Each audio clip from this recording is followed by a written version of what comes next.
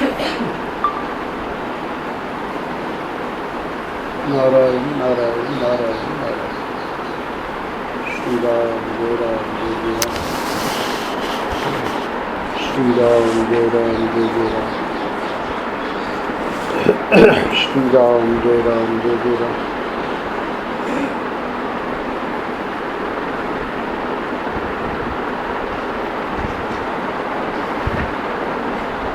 आनंद रस रत्नाकर 5 सितंबर। दैनिक जीवन में गीता 190, 191, 201, 202। आज का शीर्षक है चक्की के 2 पार्ट। परम पूज्य महाराज जी कहते हैं, यह असत्य नहीं है कि हमारे मन में किसी के प्रति गुस्सा आ जाता है।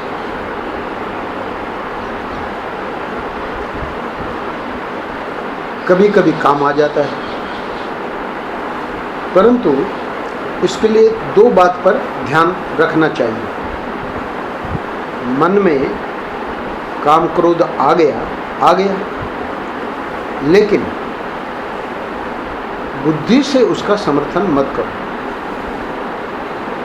2 बात जो महाराज ने कही, 2 बात पर ध्यान रखना चाहिए। तो पहली बात यह है कि काम क्रोध आ गया, लेकिन बुद्धि से उसका समर्थन मत करो, ये ध्यान रखना है। और दूसरी बात क्या है, क्रिया पर्यंत उसको जाने मत दो। बुद्धि से काम क्रोध का समर्थन मत करो और क्रिया पर्यंत काम क्रोध को मत जाने दो। काम क्रोध का स्वभाव यह है कि वे आने के बाद मालूम पड़ते हैं। जब पहले आ जाते हैं मन में, तब ज्ञान होता है कि आ गए। आने के पहले नहीं मालूम पड़ते। अच्छा, आ गए तब तो महाराज जी कह रहे हैं, उसका एक सूत्र दे रहे हैं, तब आप उनको बिल्कुल पीस दीजिए। यही सूत्र है। काम क्रोध का स्वभाव यह है कि वे आने के बाद मालूम पड़ते हैं। जब पहले आ जाते हैं मन में, तब ज्ञान होता है कि आ गए। आने के पहले नहीं मालूम पड़ते। तो प्रश्न है कि आ गए तब क्या करें? उसका उत्तर दे रहे हैं कि तब आप उनको बिल्कुल पीस दीजिए। तो काम क्रोध लोभ ये नरक के द्वार बताए ना। विकार बहुत लंबी लिस्ट है। 16वें अध्याय में आसुरी संपत्ति की, और बाद में 18वें अध्याय में भी अहंकारम बलम दर्पम कामम क्रोधम परिग्रहम विमुच्य करके लंबी लिस्ट है। अहंकारम बलम यानी गर्व, बलम दर्पम कामम क्रोधम परिग्रहम आदि आदि। तो फिर भगवान ने स्वयं क्या किया कि इतना सब तो व्यक्ति को याद रहेगा नहीं, क्या क्या विकार है, क्या क्या हमारे में दुर्गुण है। तो उसके लिए स्वयं भगवान ने कहा कि 3 चीज़ों को ध्यान में रखें, और ये 3 ही नरक के द्वार हैं। कौन कौन से? काम क्रोध लोभ। सब याद नहीं भी रहे, हमारे से यहाँ काम क्रोध ले रहे हैं, उसमें लोभ भी ले रहे हैं। तो काम क्रोध लोभ ये जब आ जाते हैं तब पता लगता है। तो उसके लिए सूत्र दे रहे हैं कि आ गए तब क्या करें। तो ये बात याद रखनी है कि हमको उसको पीसना है। तो पीसने वाली जो कला है वो आज के पृष्ठ में महाराज जी बताएंगे। कैसे पीसे? तो पीसने का तो वही तरीका है, चक्की के 2 पार्ट से, है ना। तो फिर अगला प्रश्न है कि चक्की के वे 2 पार्ट कौन से हैं? तो वैसे तो शुरू में ही बता दिया, 2 बात पे ध्यान रखना है। बुद्धि से उसको समर्थन मत करो और क्रिया परंतु उसको मत जाने दो। पर वो कैसे करना है उसको अब जरा विस्तार में समझा रहे हैं। तो पीसने के लिए चक्की सबके घरों में होती थी पहले, तो आजकल जो है, आजकल भी है, आजकल इलेक्ट्रिसिटी वाली है, तो उसी में माताएं अपना पीस लेते हैं। महाराष्ट्र की चक्की थी क्या वो? इलेक्ट्रिसिटी की है, अभी चलती है बढ़िया। महाराष्ट्री का मतलब जो जेठी सेवा में रहती थी, तो उनकी सेवा में तुकाराम जी ने ले लिया था चक्की। वो चक्की से महाराष्ट्र का जो भी होता था सब उसी में करते थे, सिर्फ महाराष्ट्र का। तो बाद में बहुत वर्षों तक इनके पास रही, फिर इनको पता लग गया अब हमारा शरीर नहीं रहना है ना। तो श्याम जी को रचना को श्याम जी को क्या रचना को श्याम जी का कोई मतलब नहीं, चक्की से क्या मतलब है। तो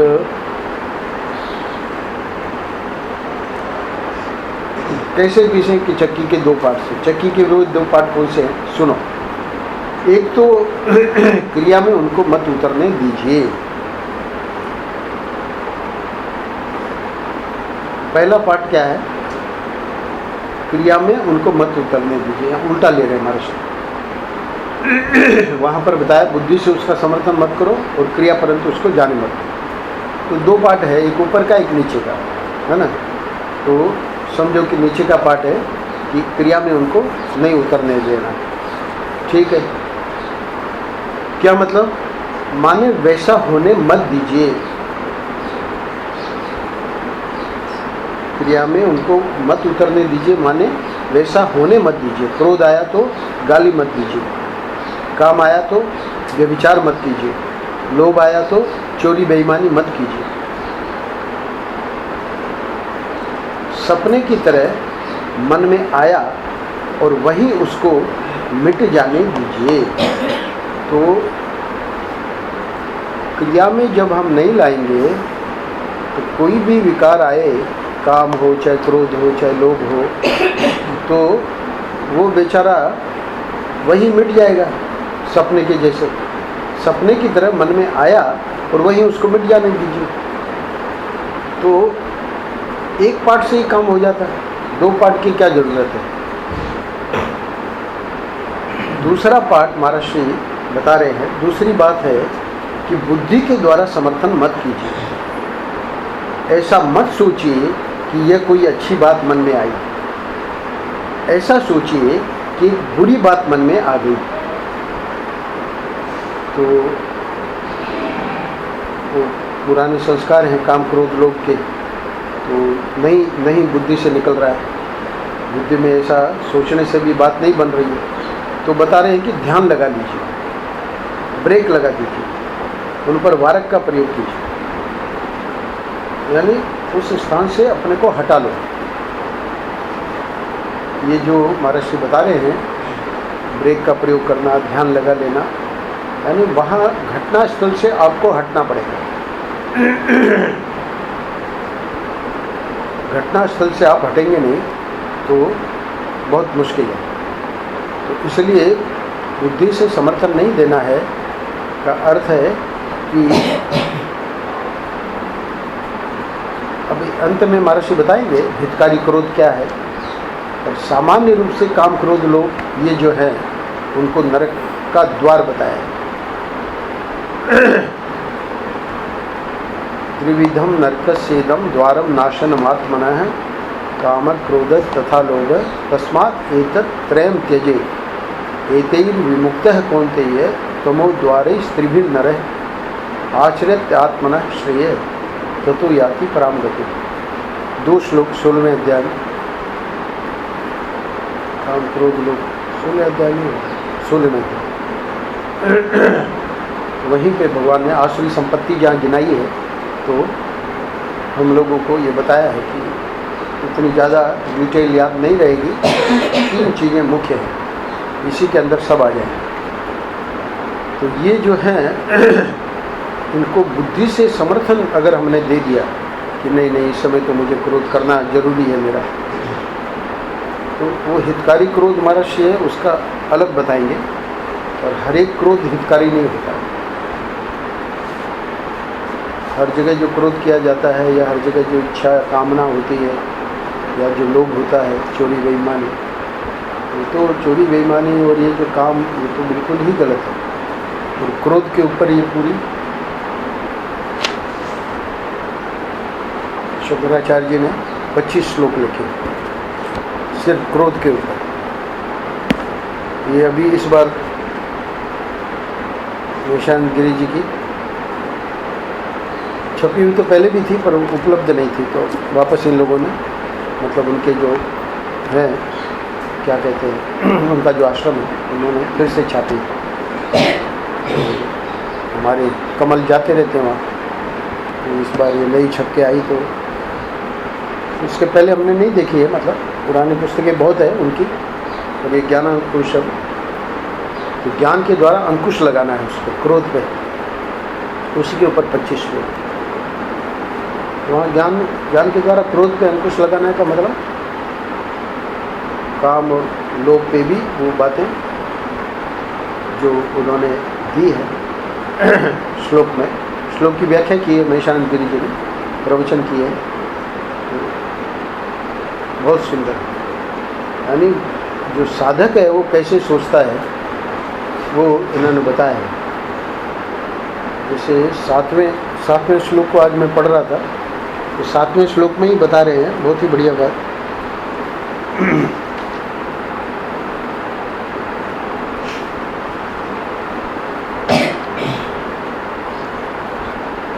सत्पुरुषों का मोक्ष के लिए इतना दृढ़ प्रयत्न ही यह बताता है कि सब लोग ऐसे विवेकी हैं नहीं। निशानंद गिरी जी कह रहे हैं कि हम लोग इतना दृढ़ प्रयत्न कर रहे हैं अपने लक्ष्य के लिए लक्ष्य पर पहुंचने के लिए, वो प्रयत्न ही ये बता रहा है कि सब लोग ऐसे विवेकी हैं नहीं। स्वभाव से ही ऐसा विवेकवान नहीं हुआ जाता है। व्यक्ति पैदा हुआ और तभी से वो बहुत उसमें विवेक है, बहुत सही काम करता है, ऐसा संभव ही नहीं। अत्यंत परिश्रम करके हुआ जा सकता है विवेकी बनना, अत्यंत परिश्रम करके।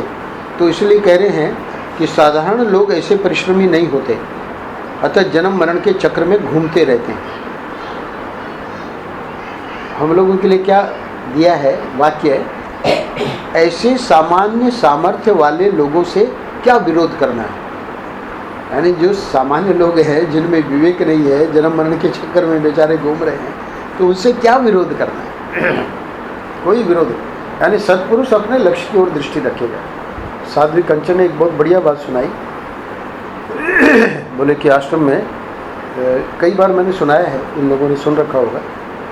तो बोले कि महाराज तो बम्बई में थे और यहाँ कुछ दो व्यक्तियों में आपस में विवाद हो गया, झगड़ा हो गया, बड़ी तू मैंने है ना, गाली गलौज। तो इधर ही आश्रम में ऊपर ही उसका कमरा है, तो वो सब आवाज़ जा रही थी, तो उसको अच्छा नहीं लगा। ये तो साधक लोग तो अपना साधना करते हैं ना, तो सोचते हैं भाई इतना आश्रम में इधर के जो हम लोग तो भजन करने आए और यहाँ ये लोग इतना झगड़ा करते हैं, तो हमारा भजन कैसे होगा, नहीं होगा। और वो भी जब महाराज श्री का शरीर है तब ये ऐसा हो रहा है। खैर बाद में जब महाराज श्री आए बम्बई से, तो उसके मन में एक प्रश्न था जो महाराज श्री को पूछेंगे। तो प्रबुद्धानंद जी से समय लेके उसने पूछा महाराज श्री को, ऐसे ऐसे हो गया था, तो उनको बड़ा विक्षेप हुआ, तो हमको क्या करना चाहिए, कैसे रहना चाहिए आश्रम में, ऐसी कोई बात होवे तो। महाराज श्री ने पहला प्रश्न उसको ये किया, साध्वी कंचन को, कि वो लोग जो दो जने लड़े वो इस समय आपस में शत्रु हैं कि मित्र हैं। तो साध्वी कंचन ने बताया कि उस समय हो गया था झगड़ा, अभी तो मित्र है, अभी तो कोई ऐसा नहीं। तो बोले कि वो जो हुआ वो असत था और अभी जो स्थिति है वो सत्य है, यानी ये सच्ची स्थिति है और वो जो हुआ वो आगंतुक है, उसका कोई महत्व नहीं। पहली बात। दूसरी बात ये बताई कि जहाँ दो बर्तन रहेंगे वहाँ आवाज़ जरूर होगी। तुम साधक हो तुम्हारी दृष्टि लक्ष्य पे रहनी चाहिए, तुमको इधर उधर नहीं देखना है, अपने लक्ष्य पे रखना है अपनी दृष्टि को। वही बता रहे हैं कि ऐसे सामान्य सामर्थ्य वाले लोगों से क्या विरोध करना है। वहाँ हमारे हृदय में आए कि भाई ये व्यक्ति दो की लड़ाई हो रही है, तो हमारे भी हृदय में आएगा कि ये व्यक्ति बिल्कुल सही है और वो बेकार में इसको दबा रहा है, तो हम भी विरोध करने लगे मनोहरी का पक्ष लेके। तो ये तो क्या है कि जब ये दोनों अपने को नहीं रोक पा रहे हैं, तो उनका तो पहले से ही बता दिया ना कि साधारण लोग ऐसे परिश्रमी नहीं होते, अतः जन्म मरण के चक्र में घूमते रहते हैं। तो झगड़े करने वालों के लिए तो पहले ही बता दिया कि वो स्वभाव से विवेकमान हो ही नहीं सकते, मतलब स्वभाव से तो अविवेक ही रहेगा सब में। हम लोगों में भी अगर अब नहीं है वो अविवेक, तो एक समय था कि हम भी अविवेकी थे, तो जब हम भी अविवेकी थे तो हम भी झगड़ा करते थे। और अब भी अगर अविवेक है तो झगड़ा कर लेते हैं बीच बीच में, है ना। पर अब चूंकि हमारा परिश्रम इसकी ओर हो रहा है कि हम विवेकी बने, तो इसलिए ये पॉइंट दे रहे हैं कि ऐसे सामान्य सामर्थ्य वाले लोगों से क्या विरोध करना है, यानी उनकी उपेक्षा कर दो। तो इसलिए महर्षि ने समझाया कि अपने लक्ष्य पर दृष्टि रखनी है, इधर उधर नहीं देखना है साधक को, क्योंकि वो तो कहीं भी जाएगा, रहना तो लोगों के बीच ही पड़ेगा ना। यहाँ तक कि महर्षि ने कहा कि हिमालय में भी जाओगे तो वहाँ भी कुछ लोग आ ही जाएंगे, है ना, गांव के लोग, जंगल में जो लोग आते हैं वो लोग भी आ जाएंगे आपके पास। इसलिए ये सब कला सीखनी पड़ेगी। तो आज क्या बता रहे हैं चक्की के 2 पार्ट में कि एक बात यह है कि क्रिया को नहीं, सॉरी, वो जो विचार आया काम क्रोध लोभ का, उसको क्रिया में मत उतरने दीजिए, एक पार्ट। दूसरा पार्ट क्या है, बुद्धि के द्वारा समर्थन मत दीजिए, मत कीजिए। ऐसा मत सोचिए कि कोई अच्छी बात मन में आई, ऐसा सोचिए कि एक बुरी बात मन में आ गई, ध्यान लगा लीजिए, ब्रेक। हाँ, तो यहाँ पर प्रश्न है कि भाई क्या करें, क्या, तो उसके लिए दे रहे हैं कि भाई अपने को वहाँ से हटा के और अपना जो भी साधना है, जप वगैरह, है ना, ध्यान वगैरह, ब्रेक लगा दीजिए, उन पर वारक का प्रयोग कर दीजिए। तो ये 2 पार्ट हो गए। अब देखिए आखिरी 2 पैराग्राफ में महर्षि क्या कह रहे हैं। यह है इसी जीवन के लिए है। यदि आप साधक हैं तो नारायण 2 बात इसके लिए है। क्रोधादि को चित्त में आने से रोकना किसी के वश की बात नहीं है, परंतु आने के बाद क्रिया पर्यंत जाना, है ना, यह वश की बात है।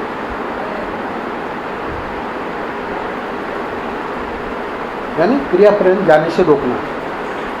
अच्छा, मन में किसी पर गुस्सा आना दूसरी चीज़ है। हाथ आपके काबू में है, आपके चलाने से हाथ चलता है। तो गुस्सा आ गया, दिल में तो आ गया, लेकिन हाथ पर जो आपका नियंत्रण है उसको मत छोड़िए।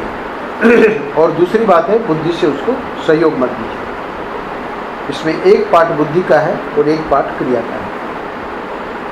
अब देखिए, ये बहुत बड़ी बात है, क्योंकि एक ही क्रोध को लेकर बहुत लोग परेशान रहते हैं और उसी क्रोध को लेकर पूरी की पूरी पुस्तक आ गई। अरे महात्मा लोगों ने कितना हम लोगों पे उपकार कर रखा है, इसकी हम लोग कल्पना नहीं कर सकते।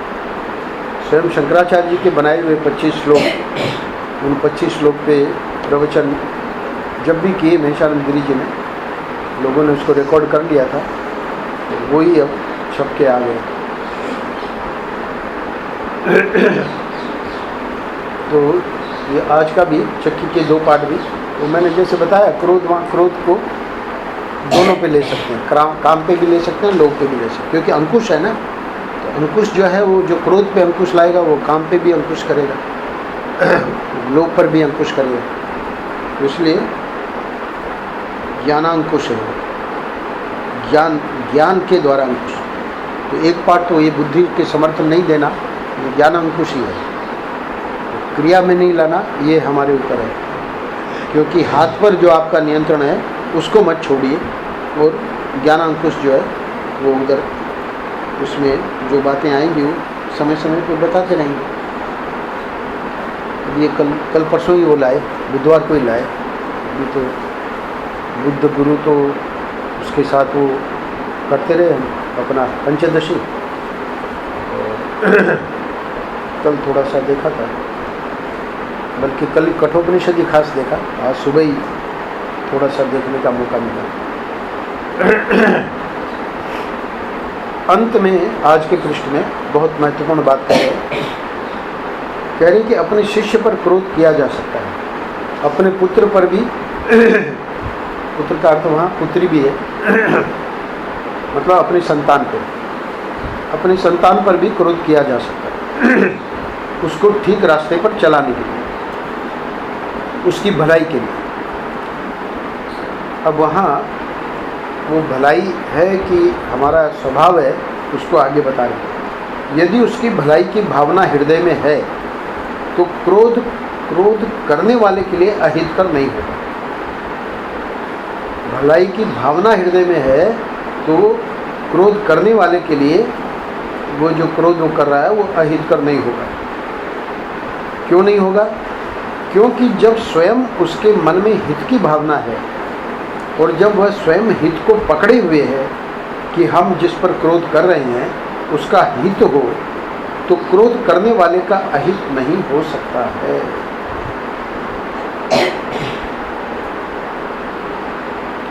और इस प्रकार हम अपने काम को और क्रोध को एक ओर बुद्धि से विचार के द्वारा और दूसरी ओर क्रिया पर्यंत न जाने देकर अपने वश में कर सकते हैं। तो महर्षि कह रहे हैं कि जब स्वयं क्रोध करने वाले के मन में हित की भावना है और वो हित को पकड़े हुए है कि हम जिस पर क्रोध कर रहे हैं उसका हित होवे, तो क्रोध करने वाले का अहित नहीं हो सकता। तो हमारे हृदय में हित की भावना है तो हमारा अहित नहीं हो सकता। नहीं तो काम क्रोध और लोग को बता दिया ना कि ये तो नरक के द्वार है। तो उड़िया बाबू जी ने मना क्यों किया? उड़िया बाबू जी ने मना इसलिए किया कि अभी हरि बाबा जी के उसमें आया ना, क्या है आखिरी पैराग्राफ नहीं, हरि बाबा जी ने 3 सितंबर का हम लोगों ने नहीं किया था, 2 और 3 छूट गया था। तो 3 सितंबर में आखिरी पैराग्राफ है। पहले हमने पारसमणि में पढ़ा था कि यदि कुत्ते की पूंछ 12 वर्ष तक बांस की नली में सीधी करके रखो और फिर उसमें से निकाल दो तो वह फिर टेढ़ी की टेढ़ी होती है ना। तो ये कहना क्या चाह रहे हैं कि कोई सुधरता नहीं लोग अपनी गति से चलते हैं, सबकी अपनी अपनी स्वतंत्र गति होती है। यह जो दूसरों को सुधारने की समस्या है, यह भी मनुष्य की नज़र को एक व्यक्ति पर या एक परिवार पर या एक संप्रदाय पर सीमित कर देती है। अपने दृष्टिकोण को बहुत उज्जवल, बहुत निर्मल, बहुत व्यापक बनाने की जरूरत है। यानी उड़िया बाबा जी महाराज समझते थे इस बात को, है ना, कि इसके लिए क्रोध करने की कोई ज़रूरत नहीं। जो भी काम है प्यार से हो जाएगा, हो जाए, है ना। हम अपने स्वभाव क्यों बिगाड़ें?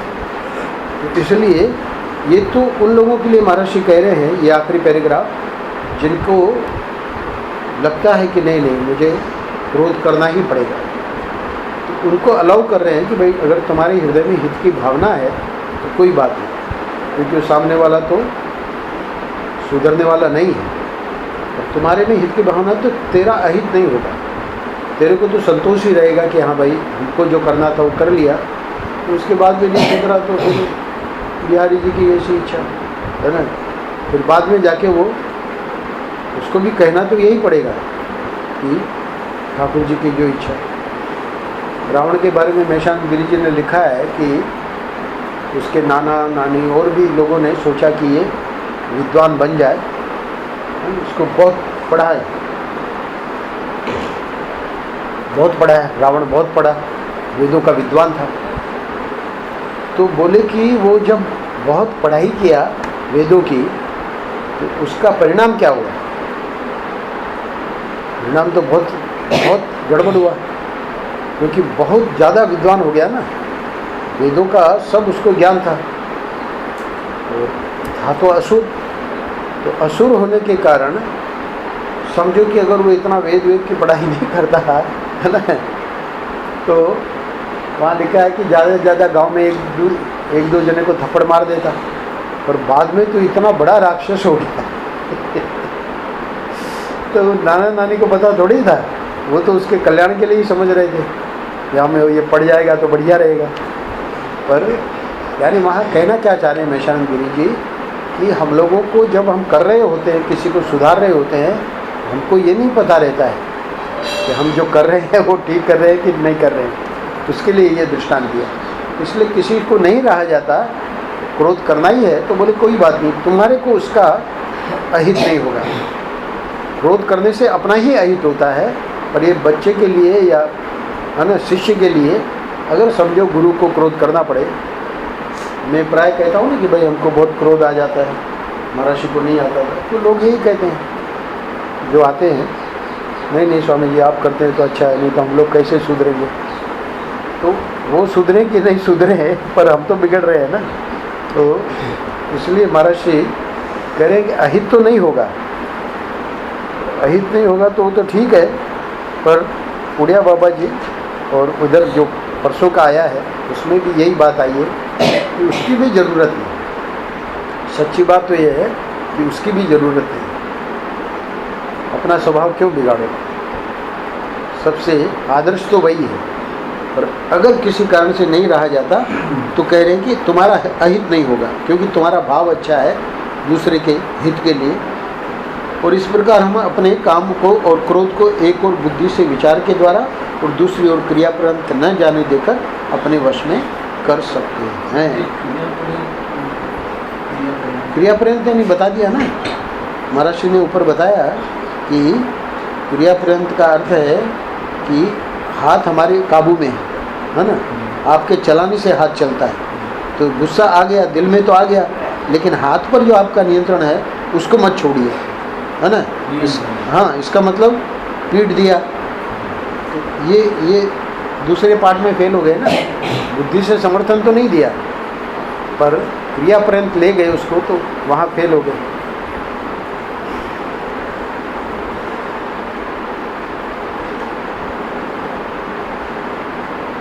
नारायण नारायण।